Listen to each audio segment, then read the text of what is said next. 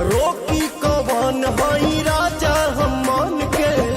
अगर आप लोग थोड़ा मोड़ा सोशल मीडिया को स्क्रॉल करते होंगे तो आपको पता होगा ये हैं चाहत सिंह, फेमस इंस्टाग्राम इन्फ्लुएंसर, जो कि भोजपुरी सॉन्ग पर अपने रील बना के डालती हैं और लाखों करोड़ों छापती हैं।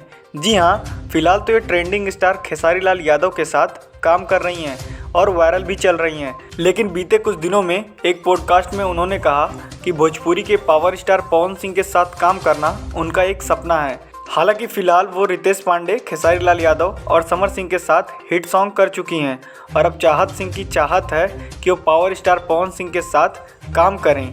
एक टाइम ऐसा भी था कि चाहत सिंह सबके इवेंट में जाके रील्स बनाती थी और आज खुद भोजपुरी स्टारों के साथ एल्बम में काम कर रही हैं। वैसे भी भोजपुरी की कोई भी एक्ट्रेस हो, वो अपने लाइफ में एक बार पावर स्टार पवन सिंह और खेसारी लाल यादव के साथ काम करने का सपना जरूर रखती है।